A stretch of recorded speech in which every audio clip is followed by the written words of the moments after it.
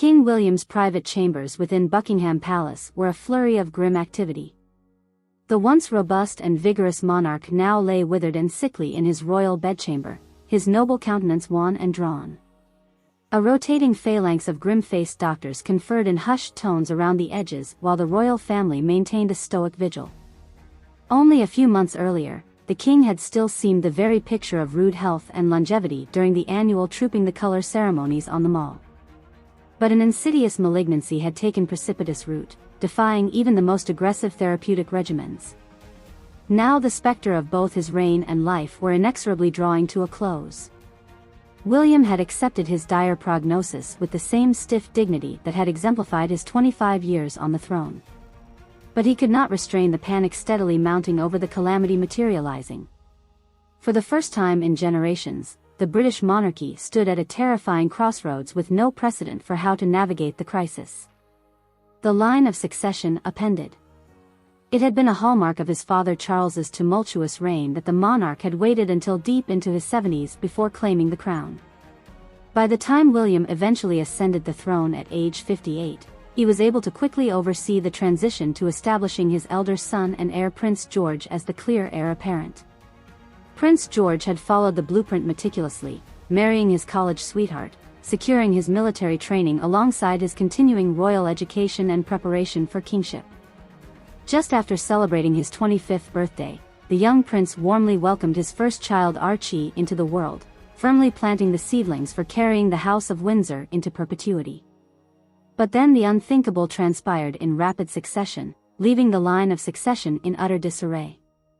Just weeks after Archie's christening, Prince George was killed alongside his wife in a horrific vehicular accident while on royal tour in New Zealand. The loss utterly devastated the family and nation, a future king struck down in his prime alongside his beloved Duchess. However, King William had steadied the nation through its mourning by immediately turning to the only heir remaining, his younger son Prince William, the Duke of Cambridge. Although long having distanced himself from the regimented grooming of an heir, Prince William shared his father's profound sense of duty to the crown. At William's forceful insistence, the once restless Duke of Cambridge fully embraced his new role as next in line by leaning into his responsibilities with utter devotion. He and wife Catherine radiated confidence and poise in assuming their rightful place as heirs following their heartbreaking personal losses. The succession crisis erupts.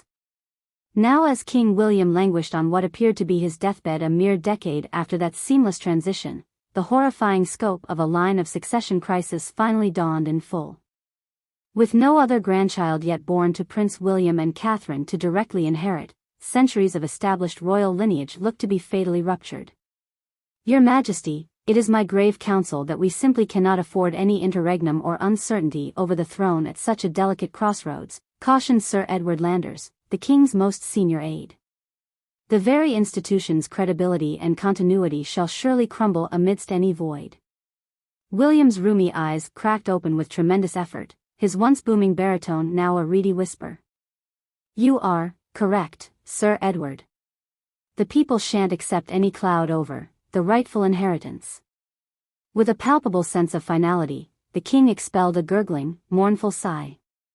Make the arrangements for an emergency coronation. We must complete the transition fully before it is too late. A coronation like no other. Within just 3 weeks' time, the historic ceremony was fast-tracked through the requisite planning and procedures. Westminster Abbey was hastily outfitted with all the ecclesiastic trappings and resplendent regalia to bear fitting witness. The cosmedy pavement was fully prepped, centuries-old golden fur capes and cloth of gold refreshed, while the sacred coronation chairs awaited their seat of destiny. The atmosphere throughout London crackled with a mixture of awe and anxious uncertainty. A lingering pall still hung over the mourning nation over the untimely loss of Prince George and his Duchess, their lives and the dawn of a new Elizabethan age cut cruelly short. What should have been a celebratory coronation for a new generational era was instead mired in morbid transition. Despite valiant efforts by the royal household to imbue a sense of brightness to the proceedings, the dampening reality could not be ignored. There were no direct heirs born to immediately carry on the House of Windsor's lineage after the dawning Cambridge reign. It was yet another brutal body blow to Britain's cherished monarchy after having so narrowly averted a cataclysmic rift just a decade earlier. As a stoic-looking Prince William emerged from the Norroy and Ulster King of Arms ceremonial entrance in white breeches and silk stockings, the contrasts to his carefree younger days could not have been starker. This new burden of duty had fundamentally transformed the once light-hearted prince's demeanor into a dignified steeliness befitting a monarch. Flanking each side were Catherine and sister-in-law Princess Charlotte, entirely resplendent in billowing velvet robes and woven golden capes. Though Charlotte's husband Sir Martin Windlesham accompanied her processions, no such consort joined Catherine. She would ascend the throne in her own individual right as future ruling queen, a controversial break from centuries of precedent and tradition. In fact, the sheer number of historical anomalies and outright deviations from protocol during this coronation stood in marked contrast to the sacred pomp and circumstance swirling throughout Westminster Abbey.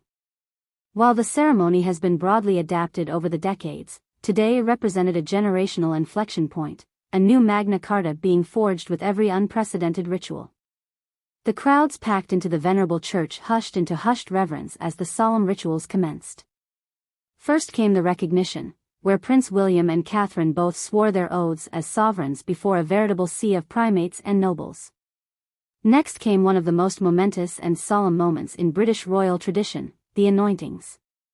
With hallowed amphors of coronation oil sanctified over a century ago, the new monarchs removed their crimson robes and separately received the sacred unction. Eyebrows furrowed deeply across the aristocracy as holy ceremonies were amended on the fly to account for William and Catherine receiving the anointing simultaneously on the coronation chair. For this could not be a simple test of endurance by one sole sovereign, the duty of legacy now rested dually upon their shoulders.